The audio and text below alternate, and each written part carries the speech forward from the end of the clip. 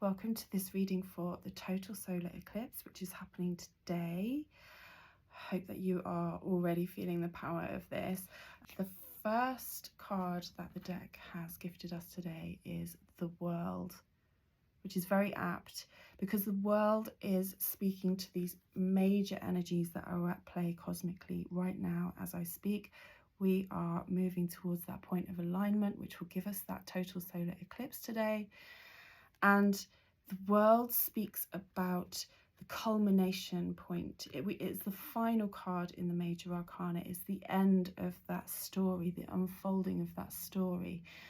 Is the point at which we are able to acknowledge everything that we've experienced, everything that we've gained, everything that we've acquired on the last leg of that leg of the journey that we've just experienced.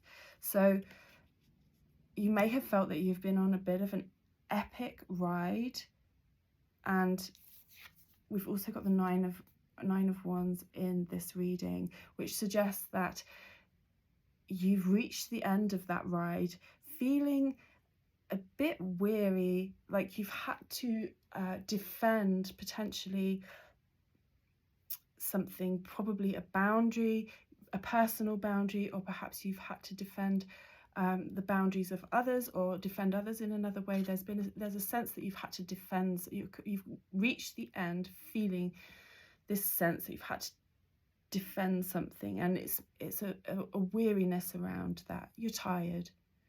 Whatever journey you've just been on, you're feeling it. You're feeling that tiredness. And we've got here also the Eight of Wands. Now, the Eight of Wands speaks about this dynamism, this dynamic entry of something new in your life. It talks about something entering that we don't necessarily have control over, and that speaks very much to the energy of the eclipse. The eclipse energy is such a big energy that quite often people who have a manifestation process or practice around the phases of the moon or planetary transits will down tools with the manifestation for the eclipse because of just how big the energy is. There's a sense that we need to surrender to what's happening rather than try to control it or manipulate our reality. It's such a big energy that we just have to kind of buckle up and just experience that incredible ride of whatever the eclipse is bringing in. And the same goes for people who have a witchcraft or a spellcraft practice. If you do spell work, you may have been part of the conversation around should we or shouldn't we be doing magic at the point of the eclipse or around the eclipse to coincide with the eclipse, because it could be bringing in a chaos magic. You could be playing with a chaos magic. That is a debate within that community. Certainly that's not something that I we'll be paying attention to today, because I am going to a witch circle later to which coincides with the point of the eclipse, and working with the power of earth today. But you know, that may be something that you have been considering or that you have heard, and it's all around that tension around control and surrender. So with the eclipse, it's often thought that, you know, whatever is coming in, we don't have the power to control that. It's not something that we can pick for ourselves necessarily. So rather than that feeling like ominous or foreboding, it can signal something really incredibly beautiful, because it can often mean that we have this something entirely that we didn't expect, couldn't even imagine, could never have foreseen, coming into our lives with such speed and dynamism and force that it creates a whole new phase of reality that could be entirely positive for us. You know, what we've got coming in is indicated here in the Lovers. Now, the Lovers could be speaking literally. It could be speaking about the arrival of an unforeseen, big, love, a big, and when people see this card, they often think, oh, a romantic love. And yes, it could definitely mean that. It could be speaking about an unforeseen, significant relationship that suddenly arrives. It wasn't something that we tried to make happen, it just arrived. But it might not be talking about a romantic relationship. It could be talking about a relationship of another kind, or it could be talking about a relationship not with a person, but with something else. So, for example, a project or a passion comes into your life for something. And when we think about love, true love, the way that we experience that powerful, unexpected love, it's never something that we really are able to really pragmatically or practically speaking pick for ourselves or decide for ourselves or design for ourselves.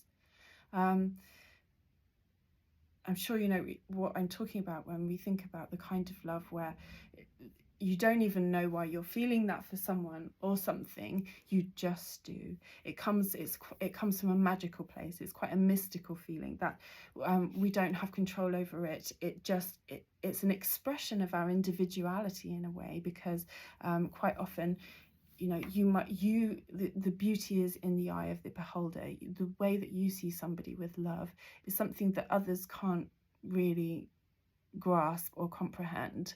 You know, your best friend might think, oh, okay, you know, I don't really see what you see in that person, but I'm happy for you because you're happy. And it's that kind of whatever is coming in, be it a person or a project or a place or something else in your life that's coming in, is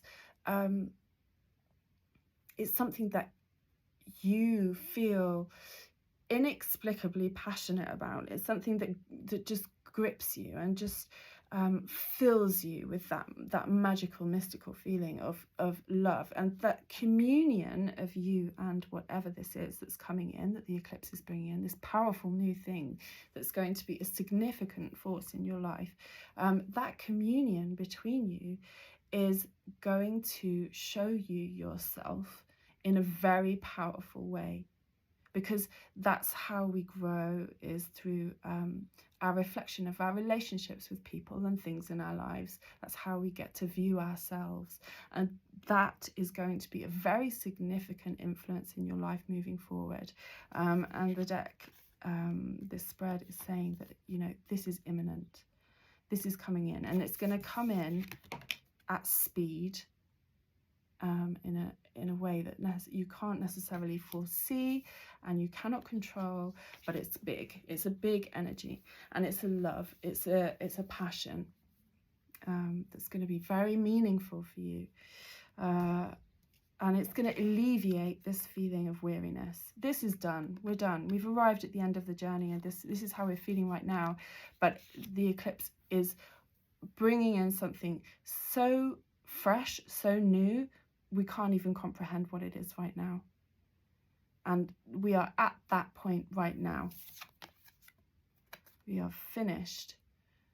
We've graduated from the process that we have just undergone, and we are about to enter something very, very new. It's the start of a new cycle in our lives. Something very special. Something very special. So congratulations to anyone who is viewing the eclipse in person. I'm very, very envious and a little bit regretful that I didn't jump on a plane and get over to the States to witness it for myself. The last time that I saw one was, I think, back in, was it 1999 in the UK?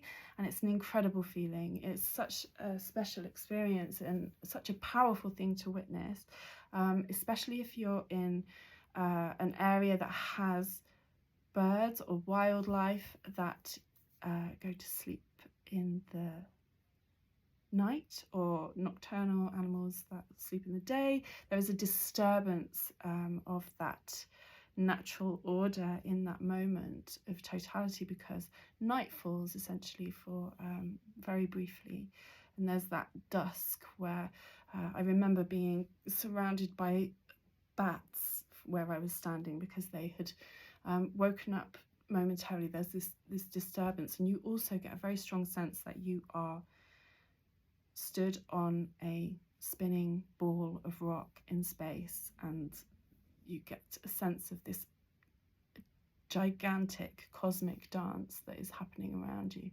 And it really, really is an extremely memorable and long-lasting experience that will stay with you. So if you are lucky enough to witness that in person today, congratulations. For everyone else, I really hope that, like me, you can already feel that powerful energy, and that whatever this is going to be so beautiful and enriching for you.